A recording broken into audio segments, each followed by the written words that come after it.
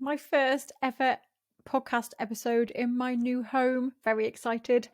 And in today's episode, I want to share some of the lessons I've learned from moving because it relates to all of us and is a reminder about the stories we tell ourselves, the mindset blocks we place, and the way we show up for our dreams. So, years ago, I remember, gosh, it might even be 5 years ago now, creating a vision board.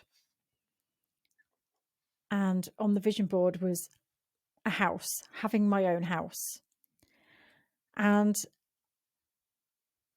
since creating that vision board, I have ticked off, I would say, nearly everything on that board, except for the house. And what I realize now, looking back, was there was always a reason why I couldn't get a house.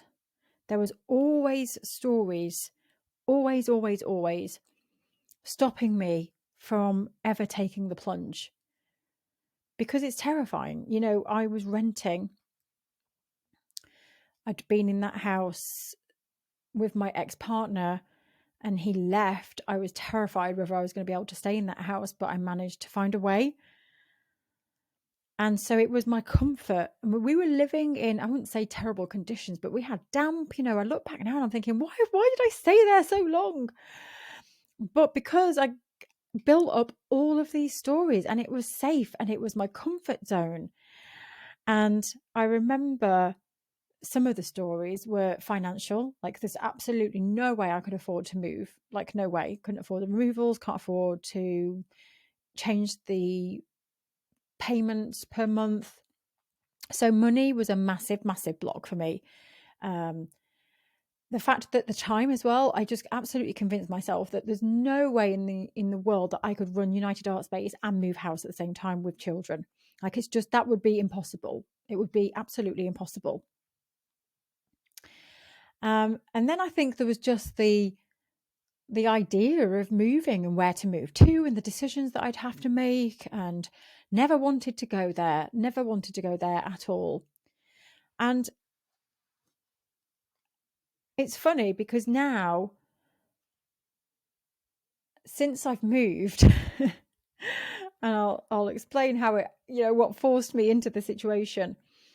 But since I've moved, I have realized how much I was putting up with in that house that I didn't realize was really, really bothering me deep down. Silly things like the cupboard where the Hoover was. It was such a pain to get the Hoover out. Where the washing machine was, I had to go down these little steps. It was really cramped and I had to like squeeze in to get my washing in.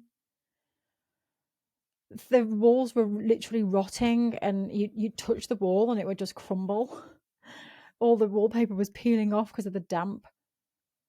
There was just like big blocks of damp in the house. It was starting to affect us respiratory wise. There was just all these things niggling me. Now, the things on the surface was like there was no driveway and there was only one bathroom, and those things seemed like first world problems, which they all are in a way. But what I've realized now since moving is how much I was putting up with, and it made me realize this since moving, how in our own lives there's quite often situations we're in that we just don't realize are just really making us feel down or making us feel stuck. And it's like a song playing on the radio. Have you ever experienced this, where a song's playing on the radio and then you're listening to it for ages, and then after a while you realize how annoying the song is, but you didn't turn it off because you just didn't realize. And then you're like, oh, this song's annoying, why didn't I turn it off like a minute ago when it started? And you turn it off and you're like, oh. And that's how I feel since moving. So there's been a few lessons in this. And one is actually realizing that sometimes we get so stuck in our comfort zone and what we do on a daily basis that we don't actually realize the impact it's having and how unhappy it is actually making us.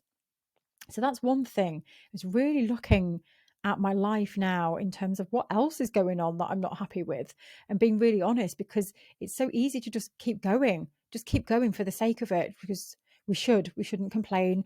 We're fortunate. But now I look back and I think, gosh, I was quite, there's some things that were really annoying about living there. The other thing I've also realized is these stories that were holding me back for so long, really getting in my own way about the price and the time and all of this stuff. And for me, the house move was forced upon me because I was given notice on where I lived. And it absolutely sent my head spinning into turmoil. I was so scared. I went into massive fear and anxiety around the fact of having my own house, what that would mean. I felt sick. I felt all the feels. I was really, really terrified. And even so, I was still trying to find something to rent because I was too scared to take the plunge to own something myself. Way too scared. I was desperately trying to find something to rent, but I just couldn't, because everything to rent was much more than it was to buy. So this is the situation I found myself in. So all of the situation forced me into, well, I'm going to have to buy. Now, fortunately, because I had put it on my vision board 5 years prior, I had a house fund set up and I kept chipping away and putting money into this house fund. And so I was in a position where I had a bit of money saved, and which I've never had in my entire life, by the way, I must say. Never, ever saved anything in my life, never had money in the bank. It's always been the other way, where I've had massive debt. So for the first time in my life, I find myself with a bit of cash so I could had a deposit. And that came from planting that seed 5 years ago of actually having my own house. So even though these stories were still keeping me stuck, because I'd actually set the intention and thought I would like to have a house, what are the first steps that I need to take? And I figured it out, like, if I need a house, I'm going to have some cash. I need some deposit. And that was the first step. All those years ago was figuring that bit out. Like, what is the first thing I need to do towards this big goal? And that's what I started to do. And so I share this because sometimes there might be a big goal for you, and maybe you're still telling yourself loads of stories about why you can't make it happen. But there might be one action you can take today that takes you towards that goal.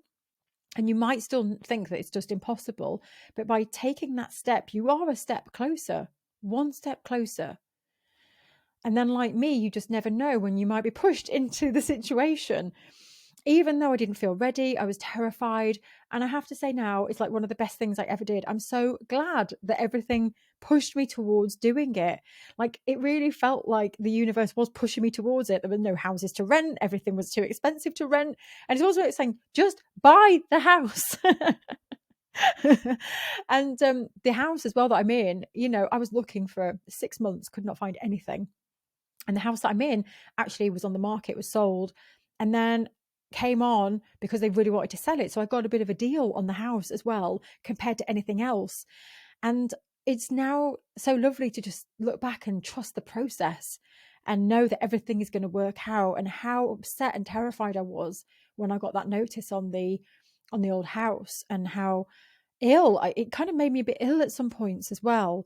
And so this I want to share as well is the message. If you need to hear this today, I say it all the time, but trusting the process, trusting that everything is going to work out, because it does and it will. And that was my message from my house move. Really thinking about the stories that we're telling ourselves that are keeping us stuck, our comfort zone, and whether we're sat inside it, not noticing how little things about the way we live, or the art we're making, or the environment, or the way we get up, or the time that we're spending is actually really annoying us. Like that song, turn it off. So I hope that helps. And thank you so much to everyone that tunes into the podcast. We made it into the top 10 UK visual arts category last week, and I was very, very, very thrilled. Thank you so much to everyone who listens. It would be amazing if you could leave us a review if you haven't already, and help spread the word. I appreciate every single one of you. Have a great, great week, my friends, and I will see you next week. Take care. Bye-bye.